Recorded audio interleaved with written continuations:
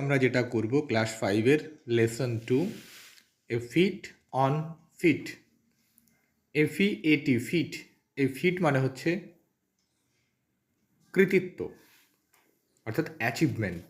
A feat on feet, FEET feet এই শব্দটা এসছে ফুট থেকে।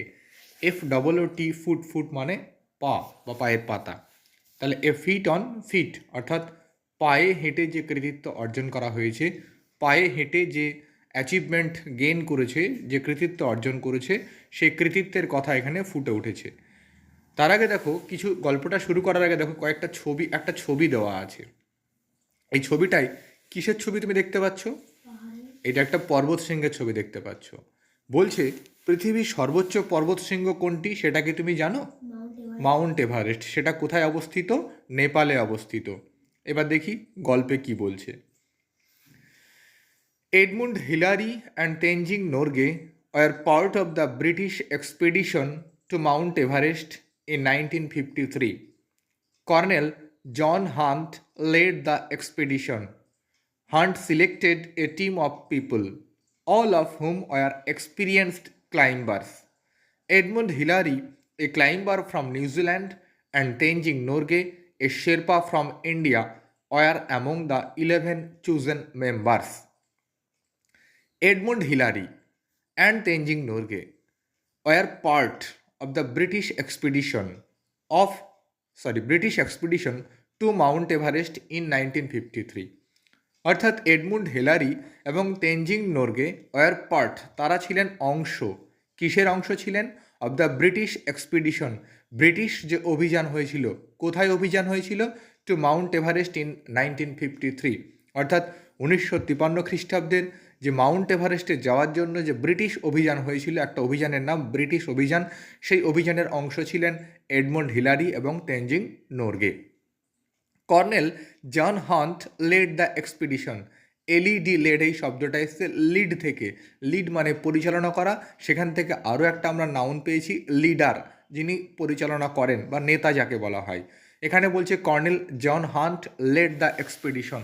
কর্নেল জন হান্ট এই এক্সপিডিশন বা এই অভিযানটার নেতৃত্ব দিয়েছিলেন। Hunt selected a team of people. Hunt select মানে নির্বাচিত করা। হান্ট সিলেক্টেড বা হান্ট বাছাই করেছিলেন এ টিম অফ পিপল, জনগণের বা লোকজনের একটা টিমকে বা একটা দল তিনি গঠন করেছিলেন বা একটা টিম তিনি নির্বাচন করেছিলেন। অল অফ হুম, যে টিমের সবাই, অল অফ হুম যাদের সবাই ওয়ার এক্সপিরিয়েন্সড ক্লাইম্বার্স, যাদের সবাই ছিলেন এক্সপিরিয়েন্সড অভিজ্ঞতা সম্পন্ন ক্লাইম্বার্স বা আরোহী। অর্থাৎ হান্ট একটা টিম বা দল নির্বাচন করেছিলেন বা দল বাছাই করেছিলেন, যাদের প্রত্যেকেই ছিলেন এক্সপিরিয়েন্সড ক্লাইম্বার্স বা অভিজ্ঞ আরোহী। ক্লাইম্বার্স মানে আরোহী। Edmund Hillary a climber from New Zealand. এখান থেকে প্রশ্ন আসে, Edmund Hillary a climber from New Zealand. Edmund Hillary নিউজিল্যান্ডের একজন আরোহী। And Tenzing Norgay a Sherpa from India. Tenzing Norgay একজন ভারতীয় Sherpa. Were among the 11 chosen climbers. তারা দুজন ছিলেন কি? অ্যামং দ্য 11 চুজেন ক্লাইম্বার্স, যে 11 জন চুজেন ক্লাইম্বার্স, 11 জন যে বাছাই করা ক্লাইম্বার্স বা আরোহী ছিলেন, তাদের মধ্যে নিউজিল্যান্ড থেকে আসা ছিলেন এডমন্ড হিলারি এবং ভারতের শেরপা ছিলেন তেনজিং নোরগে। পরের কথা দেখো। After months of planning the team began to climb. After months of planning, কয়েক মাস পরিকল্পনার পর বা মাসের পর মাস পরিকল্পনার পর, the team began to climb, সেই টিম বা সেই দলটা বিগ্যান শুরু করেছিল। বিগিন মানে শুরু করা, সেখান থেকে past form began. The team began to climb, সেই টিমটা বা দলটা আরোহণ করতে শুরু করেছিল। Out of all the climbers on the expedition, only 4 would get a chance to make an attempt to reach the summit. Hunt, the team leader, selected 2 teams of climbers. The first team included Tom Boudillon and Charles Evans, while Edmund Hillary and Tenzing Norgay made up the second team. Out of all the climbers on the expedition, ওই expedition বা ওই অভিযানের out of all the climbers, সমস্ত আরোহীদের মধ্যে আমরা আগের প্যারায় জানলাম কতজন চুজেন আরোহী বা চুজেন ক্লাইম্বার্স ছিলেন? 11 জন। তাহলে out of all the climbers on the expedition, ওই অভিযানের সমস্ত ক্লাইম্বার্স বা সমস্ত আরোহীদের মধ্যে only 4 would get a chance, শুধুমাত্র 4 জন উড গেট এ চান্স, 4 জন একটা সুযোগ পেয়েছিলেন। কিসের সুযোগ পেয়েছিলেন 4 জন? টু মেক অ্যান অ্যাটেম্প্ট মানে প্রচেষ্টা। 4 জন সুযোগ পেয়েছিলেন একটা প্রচেষ্টা করার। কিসের প্রচেষ্টা করার? টু রিচ দ্য সামিট, ওই সামিট বা চূড়াতে পৌঁছানোর। আবার বলছি লাইনটা, out of all the climbers on the expedition, ওই অভিযানের সমস্ত আরোহীদের মধ্যে only 4 would get a chance, 4 জন সুযোগ পেয়েছিলেন টু মেক অ্যান অ্যাটেম্প্ট একটা প্রচেষ্টা করার, টু রিচ দ্য সামিট ওই চূড়াতে পৌঁছানোর। হান্ট দ্য টিম লিডার, দলনেতা হান্ট বা দলনায়ক Hunt selected 2 teams of climbers, দুটো টিম বা দুটো দলকে সিলেক্ট করেছিলেন, বাছাই করেছিলেন অফ ক্লাইম্বার্স আরোহীদের। অর্থাৎ দলনেতা হান্ট আরোহীদের দুটো দলকে বাছাই করেছিলেন।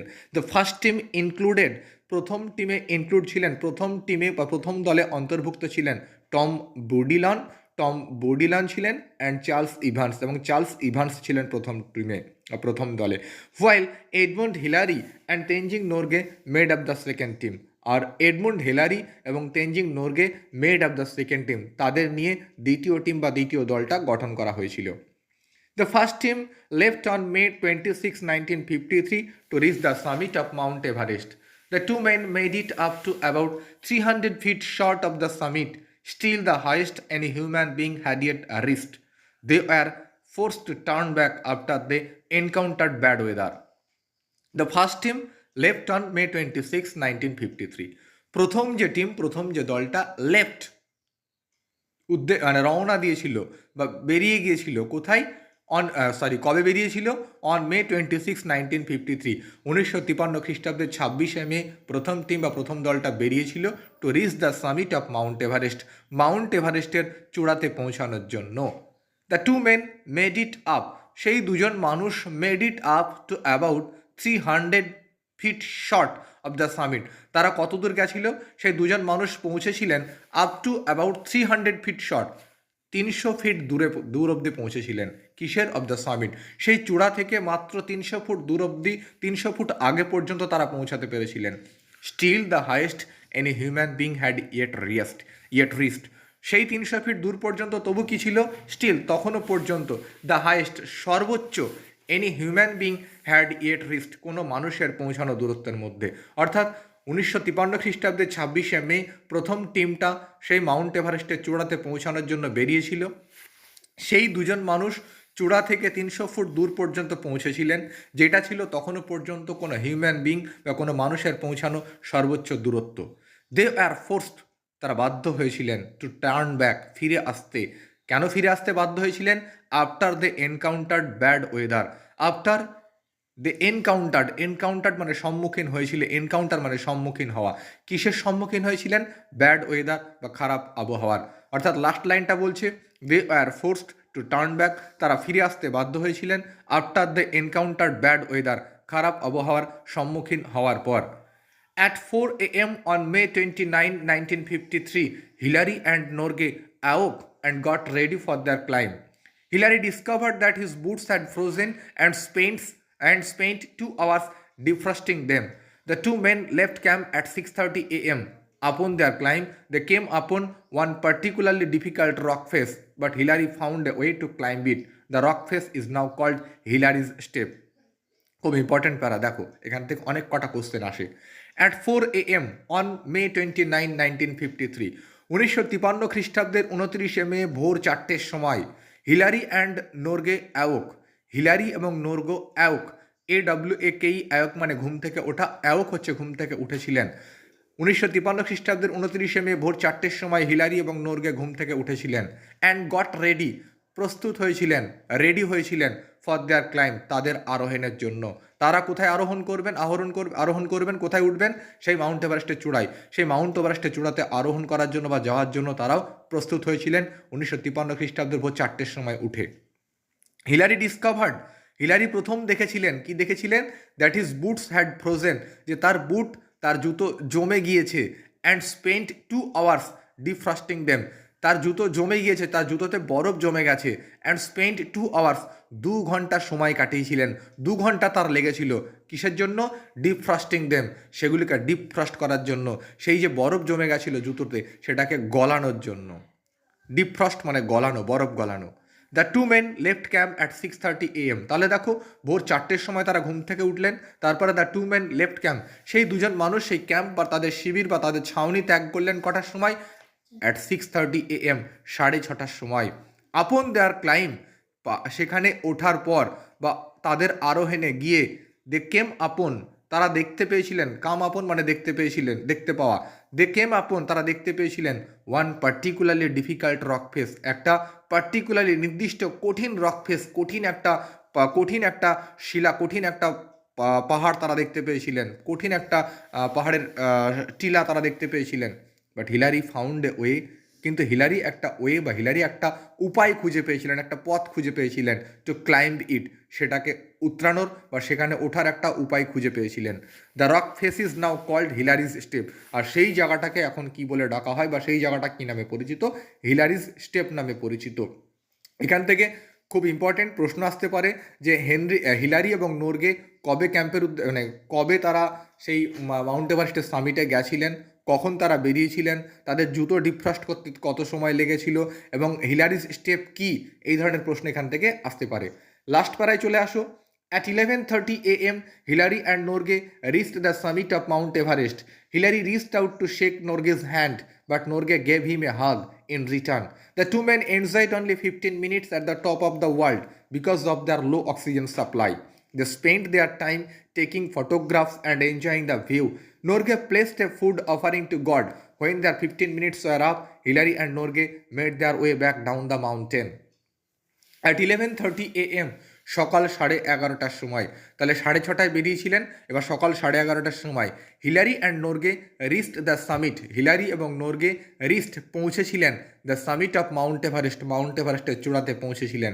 হিলারি রিস্ট আউট, হিলারি হাত বাড়ালেন টু শেক নোরগেজ হ্যান্ড, নোরগের হ্যান্ডশেক করার জন্য, নোরগের সাথে হ্যান্ডশেক করার জন্য বা নোরগের সাথে হ্যান্ডশেক করবেন বলে হাত বাড়িয়েছিলেন।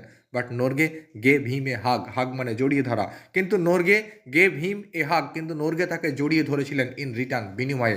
অর্থাৎ হিলারি সেখানে নোরগের সঙ্গে হ্যান্ডশেক করার জন্য হাত বাড়ালেন, আর নোরগে কী করলেন, তাকে বিনিময়ে জড়িয়ে ধরলেন। The two men enjoyed only 15 minutes, সেই দুজন মানুষ এনজয়েড অনলি 15 মিনিটস, মাত্র 15 মিনিট উপভোগ করতে পেরেছিলেন, মাত্র 15 মিনিট সেখানে ছিলেন। কোথায়? At the top of the world, বিশ্বের সব থেকে উঁচু জায়গায় 15 মিনিট মাত্র ছিলেন। Because of their low oxygen supply, কেন? Because of their low oxygen supply, কারণ তাদের কম অক্সিজেন সাপ্লাই বা কম অক্সিজেন সরবরাহের জন্য। পাহাড়ের উপরে গিয়ে তো অক্সিজেনের ঘাটতি দেখা যায়, তো তাদের কাছে যে অক্সিজেন ছিল সেটাতে মাত্র 15 মিনিট থাকা সম্ভব হয়েছিল। দে স্পেন্ড দেয়ার টাইম, তারা তাদের সময় কাটিয়েছিলেন টেকিং ফটোগ্রাফস, ছবি তুলে, অ্যান্ড এনজয়িং দ্য ভিউ, এবং সেখান থেকে সেই ভিউ বা সেখান থেকে দৃশ্য দেখে। নোরগে প্লেসড এ ফুড, নোরগে একটা খাবার রেখেছিলেন অফারিং টু গড, ভগবানের উদ্দেশ্যে, অর্থাৎ সেই পাহাড়ের চূড়ায় গিয়ে একটা খাবার রেখে এসেছেন ভগবানকে উৎসর্গ করে। When their 15 minutes were up, যখন তাদের 15 মিনিট হয়ে গেল, হিলারি এবং Norgay made their way back down the mountain, তারা পাহাড়ের সে নিচে নামতে বা পাহাড়ের নিচে নামার রাস্তা তারা ধরেছিলেন। লাস্ট বারায় দেখো 11:30টার সময় এবং নোরগে মাউন্ট এভারেস্টের চূড়াতে পৌঁছালেন। চূড়াতে পৌঁছানোর পর হিলারি নোরগের দিকে হাত বাড়ালেন হ্যান্ডশেক করবেন বলে, কিন্তু নোরগে তাকে জড়িয়ে ধরলেন। সেই দুজন মানুষ পাহাড়ের উপরে অক্সিজেন সরবরাহের ঘাটতি থাকায় মাত্র 15 মিনিট সময় কাটিয়েছিলেন। সেই 15 মিনিটে তারা ছবি তুলেছিলেন, সেখান থেকে দৃশ্য দেখেছিলেন, এবং নোরগে ভগবানের উদ্দেশ্যে একটা খাবার রেখেছিলেন। তাদের 15 মিনিট হয়ে যাওয়ার পর তারা আবার পাহাড়ের নিচের দিকে নেমে এসেছিলেন।